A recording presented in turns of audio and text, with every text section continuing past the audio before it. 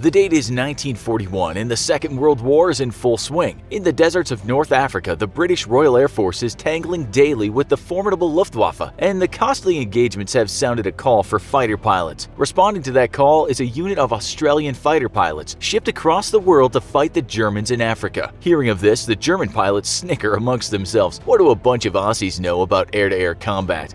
The Germans will find out soon enough, as an Australian rookie fighter pilot takes to the sky in his P40 Tomahawk and quickly becomes one of Australia's most decorated fighter aces and one of the most distinguished fighter pilots in world history. This is the story of Nicky Barr. Andrew Nicky Barr was born in Wellington, New Zealand on the 10th of December 1915, along with his twin brother, Jack. At 6, he moved to Melbourne, where he grew up and as a teenager became a rugby champion. Sent to Britain along with his rugby team, the Wallabies, Barr's promising career as a rugby player came to an abrupt end when the Germans decided to kick off their favorite 20th century hobby, starting and losing world wars. Barr immediately tried to join the Royal Air Force. Having admired aircraft his whole life, the war gave him a new dream: to be a fighter pilot. The British were eager to accept young Barr into the RAF, but warned him that it would likely be a long time before he would actually get to fly. Clearly, this was before Britain joined the air war against the formidable Luftwaffe, because very soon there would be plenty of room for new pilots amongst the Royal Air Force. Rather than waiting for months doing administrative paperwork as an armchair warrior, Barr decided that if the British wouldn't let him fly, then maybe his native Aussies would. He was soon back on a ship to Australia, and upon arrival immediately joined the Royal Australian Air Force on the 4th of March 1940. Australia at the time found itself in dire need of bomber pilots and bombardiers though, and in order to ensure that he would become a fighter pilot, he purposefully aimed poorly during his bombing practices. It was during training that he got a reputation for being a bit of a rebel, and thus secured the name of Nicky for Old Nicky or the Devil. Barr's shenanigans worked, and soon he found himself as a bona fide fighter pilot in the Royal Australian Air Force, though his first assignment would leave much to be desired. Assigned to fly CAC Wirraways off the coast of Queensland on patrol against Japanese ships, Barr was dismayed at the terrible performance of his first aircraft. The Wirraways was an Australian-built version of an American trainer aircraft and was slow, clunky in the sky, and woefully outgunned and outmaneuvered by any of the Axis Powers aircrafts. The time on his Wirraway, however, did give Barr plenty of time to practice his flying skills, something that would come in handy when finally posted to combat duty. On the 28th of September 1941, Barr was finally posted to North Africa and assigned a P40 Tomahawk fighter. An American-made single-seat fighter, the P40 was widely used by the Allied powers and was the third most produced American fighter of World War II. It was an untested fighter though, and Barr would be one of the first pilots to cut his teeth on the aircraft. Though it was far outperformed at very high altitudes, the P40 proved a capable air superiority fighter at medium and low altitudes and was widely considered a very fine ground attack aircraft. Stationed at Khartoum, the capital of Sudan, Barr was issued a Ghoulie Jet, or a piece of paper that was meant to be shown to local tribesmen if he was ever shot down. The paper contained the following written in Arabic: "Don't kill the bearer, feed him and protect him, take him to the English and you will be rewarded. Peace be upon you." While he hoped to never have to make use of this Ghoulie Jet, Barr would soon find himself at the mercy of local natives after being shot down. But not before he achieved his first kill against a Messerschmitt Bf-110 on the 12th of December, followed by downing 2 more German fighters the next day. Barr's squadron was then equipped with P40 Kitty Hawks, a more formidable model of the Tomahawk and the aircraft in which Barr officially became an ace on New Year's Day 1942, as he claimed 2 more German fighters. 3 months later, the British radar would pick up a major raid by German aircraft, and Barr would lead a flight of 6 Kitty Hawks up against a force of 24 German planes. Incredibly, the Australians would destroy 9 of the German planes without losing a single one of their own, with Barr personally earning 1 more victory.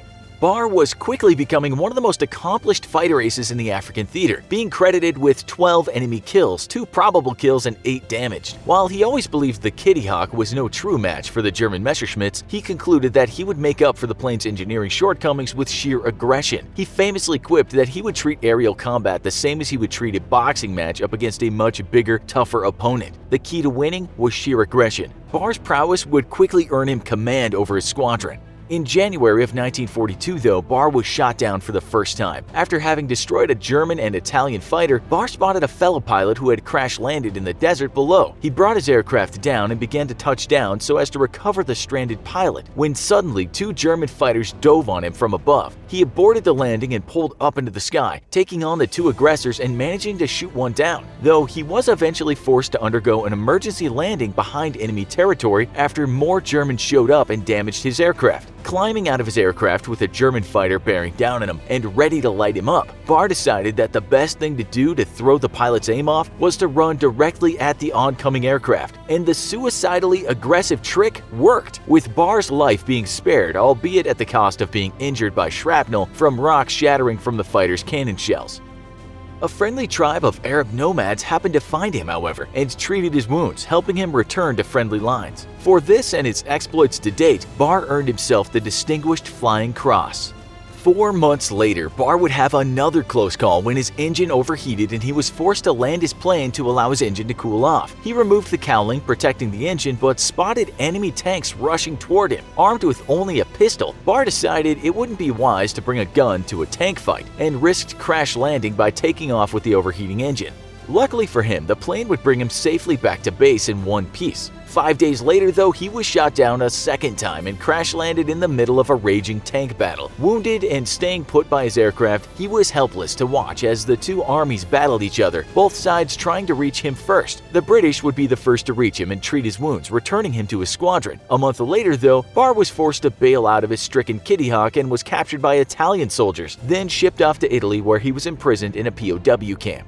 The Italians were nice enough to treat his very serious wounds, but Barr decided that his place was in the skies and not in a POW camp. So as soon as he had recovered enough to escape, he promptly did so, heading for the Swiss border. There, he was discovered by an Italian customs official, and Barr struck the man in the head with a rock, but unfortunately he would be recaptured.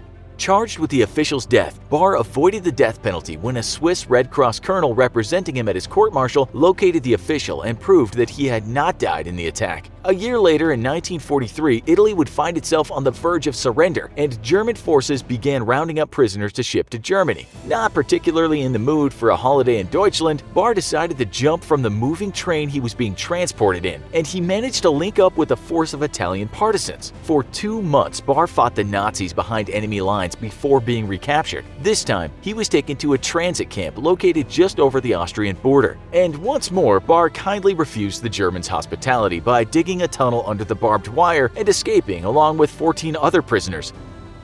He linked up with an Allied Special Operations unit in the mountains who were helping Allied prisoners and Italian refugees escape over the Apennine Mountains. But unfortunately, he was recaptured by the Germans, who at this point were really insistent that Barr stay put. Barr, however, wanted to not be a German prisoner of war, about as badly as the Germans wanted him to be a German prisoner of war, and thus he escaped one more time and led a group of 20 POWs on a harrowing journey over the mountains to freedom. Finally, reaching friendly lines in March 1944, Barr was immediately sent to a military hospital when he stumbled into an Allied camp weighing only 121 pounds and suffering from malaria, malnutrition, and blood poisoning. For his numerous escapes and assistance to Allied POWs, Barr would earn himself the Military Cross, awarded only to 6 RAAF pilots during World War II. Not quite done with the war, though, Barr was posted to Britain and landed on Omaha Beach 2 days later after D-Day as part of an air support control unit. Later, he would be assigned a Hawker Typhoon and sent to rain rockets down on German V-1 rocket launch sites in a bid to stem the tide of V-1s exploding across Britain. Barr would finally return to Australia on the 11th of September 1944, where he would become chief instructor and help train a new generation of Australian fighter pilots. Not quite done with the war, though, he would fly ground attack missions against Japanese forces in New Guinea until the end of the war shortly after. Andrew William Nicky Barr would go on to die on the 12th of June 2006 at the age of 90, one of Australia's most decorated fighter pilots. His leadership in combat saved countless other pilots' lives, and his selfless efforts to help other Allied soldiers escape from prison camps across Europe exemplified the honor and courage of the Australian fighting forces.